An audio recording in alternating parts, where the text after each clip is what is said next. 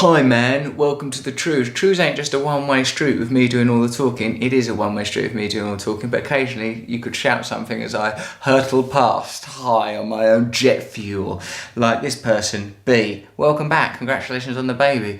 I'm a father now, that's changed everything. The very concept of a father, like our Father who art in heaven, or dad, just being, you know, that bloke who provided sperm and a male role model for me. Well, now it's not otherness, it's me. I am a father. I am the father. I am your father. I am your father. I mean, I'm my own Darth Vader, or I'm my daughter's Darth Vader. I mean, I'm not using that as the template, actually, to fill her full of vengeful, Sith-loathing fantasies. I'm hoping instead to give her a very balanced life full of love and optimism and hope. But bloody hell, what a world it is out there. Anyway, thanks. Really looking forward to the Trews comments, says this person. World has really changed since the last time he used to do Trews regularly. He's got more xenophobic, sexist and extremist. Ali Hamad Shah. It has a bit, mate. It's difficult to argue with that. Or, in a way, all material phenomena is merely the expression of some previously unexpressed phenomena. So it's sort of just a minor fluctuation on the material realm. And now that the Trews, I'm not happy about that. Now that the Trews is back, we're hoping, I think, to try to see if we can access the realms of pre-manifest data and material. What do you mean by that, Russell?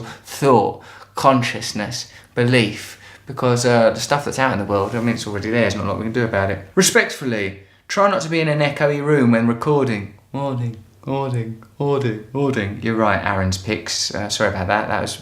It was a desperate occasion. We were upstairs, we'd had a meeting, it was complex, but I know the one you're referring to is like that Dakota pipeline, wasn't it? Today we're talking about the Dakota Access Pipeline. Yeah. Ruined it. Most of you celebrities have always been deficient human rejects. That's why you crave fame and attention in the first place. You didn't say place, but you meant place. To try and fill the big empty void inside of you. Thanks for that, Collie House. You're basically right. That's just not a very nice thing to say. They asked for everything they got. I have no sympathy for celebs. End of days, end of this gluttonous BS world, says Lady Chick. We don't have to have sympathy for celebs, really, mate. But in a way, sympathy don't cost anything, does it? It doesn't like, oh, I've only got an egg cup's worth of sympathy left. I'm saving it for that poor kid that died on the beach that time and made us temporarily, only briefly though, care about refugees. There's me a bit of sympathy for that kid. We need some more sympathy for celebrities. I'm afraid I've spilled my egg cup's worth. How do you handle it, mate? Says MR7WI. I'm blessed with anonymity. Don't worry too much and don't take it seriously and recognise that everything in the world is temporary and an illusion. What do you mean by temporary and illusion? Well, like these atoms will only be held together for a brief time, then they will atrophy and entropy apart, or drift off and decay and turn into some other thing. We don't know what happens to the old consciousness after death.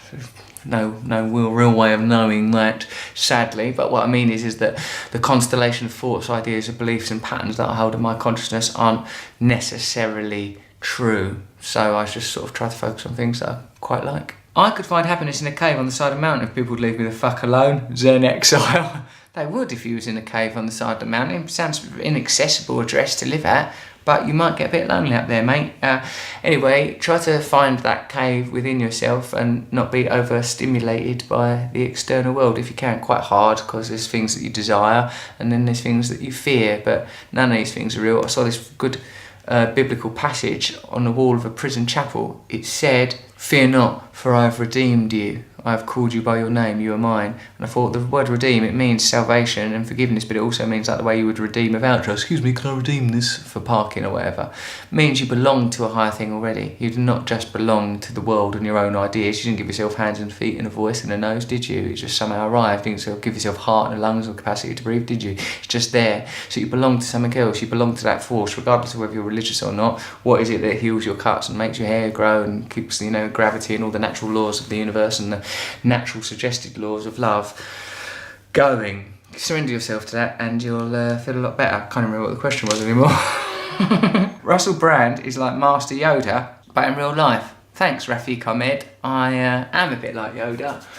You should see me on the jiu-jitsu mat, which is where I spend the entire time when I'm in a jiu-jitsu class, floundering, weeping, and begging them to make the instructions easier to understand so I can actually do a bit of it. Russell Brand, I just now subscribed to your channel, says mystory.7! And I really hope that you make a video about your favourite books about self-development. Alright, have a look at this one.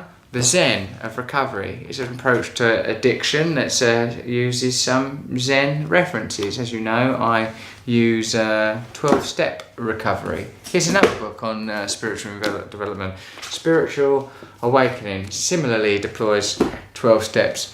The Bhagavad Gita, another book that's about sort of an encounter between this omnipotent deity called Krishna and Arjuna, who's a sort of a warrior on a chariot. It's a battlefield and he's got to face up to his life, and Krishna goes, don't worry, none of this stuff's real, just play the part in life you've been given. Although it is a bit more complicated than that, and actually that bit didn't even happen. No, that bit did happen. And then this is quite nice. Don't judge a book by its cover. It's a very good catchphrase, and in this case true, because this is quite a good book about meditation, and it's I quite like it. Well, that was a Trews Comments edition. I hope you enjoyed it, and if you didn't, you can send us a comment and I'll read that comment out, and you'll think, well, I still don't like it, even though my own actual comment is in it. Perhaps the problem is me. Yes, of course it is. True News. Subscribe here.